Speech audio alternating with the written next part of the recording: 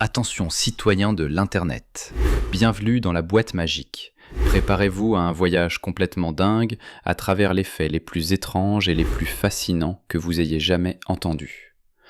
Avez-vous déjà vu une vache avec un trou sur le côté ?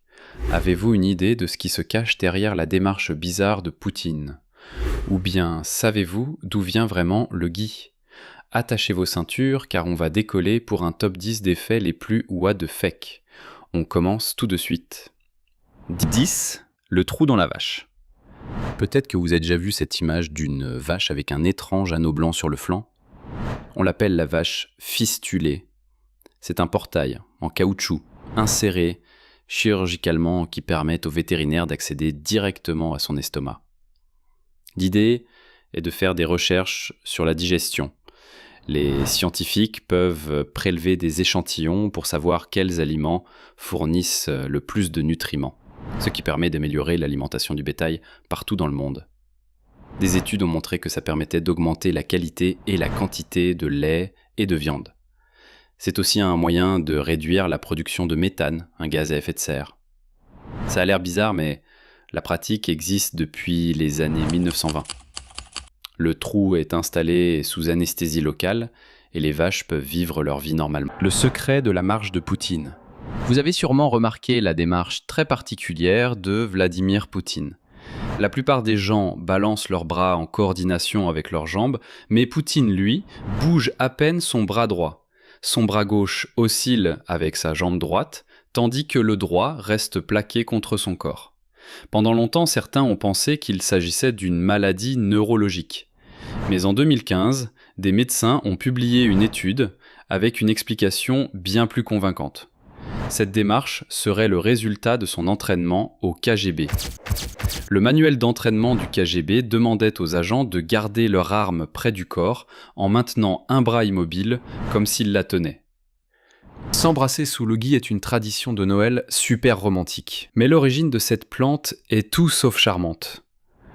Son nom anglais, mistletoe, vient de mistle, qui signifie excrément ou fumier, et tan, qui est un diminutif de twig, c'est-à-dire brindille. En gros, gui signifie brindille de merde. Pourquoi ? Parce que le gui pousse à partir des déjections d'oiseaux qui ont mangé ses baies. Les oiseaux digèrent les graines et les déposent ensuite sur les branches d'arbres où les nouvelles plantes poussent. Cerise sur le gâteau, le gui est aussi une plante parasite qui se nourrit de la sève de l'arbre sur lequel elle pousse. Ça a de quoi faire réfléchir la prochaine fois que vous essayez d'embrasser quelqu'un dessous.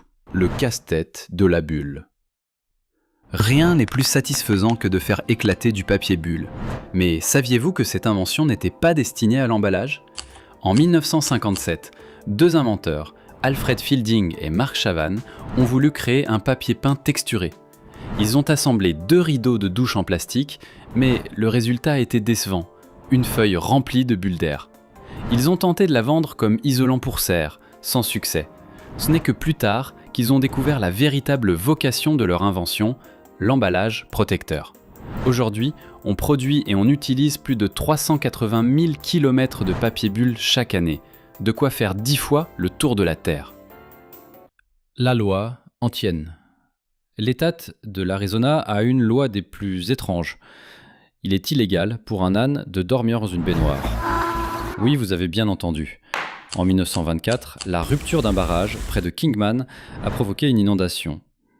Un âne qui s'était installé pour une sieste dans une baignoire abandonnée a été emporté par le courant. Les habitants ont dû déployer d'énormes efforts pour le secourir, à tel point qu'ils ont fait pression pour qu'une loi soit votée afin qu'un tel événement ne se reproduise plus jamais. On peut dire qu'on a le sens des priorités.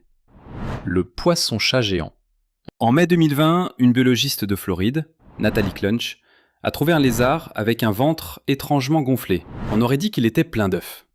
Mais une radiographie a révélé que son ventre était rempli de caca. En mangeant des insectes, le lézard avait avalé du sable et des particules de graisse qui s'étaient agglomérées en une masse trop dense pour être évacuée. Le plus fou, c'est que la masse de sel pesait 78% de son poids total. Ses organes internes étaient tellement compressés qu'ils avaient quasiment disparu. Malheureusement, le lézard a dû être euthanasié. On ne regardera plus jamais de la même manière son estomac après un repas gargantuesque. Le faux Bouddha. Si vous êtes occidental, quand on vous parle de Bouddha, vous imaginez sûrement un homme rieur avec un gros ventre. Eh bien, ce n'est pas le Bouddha original. Ce personnage s'appelle Budai, un moine chinois du Xe siècle, connu pour sa générosité. On pense qu'il est une incarnation de Maitreya, le futur Bouddha, celui qui viendra éclairer le monde après la fin de notre ère.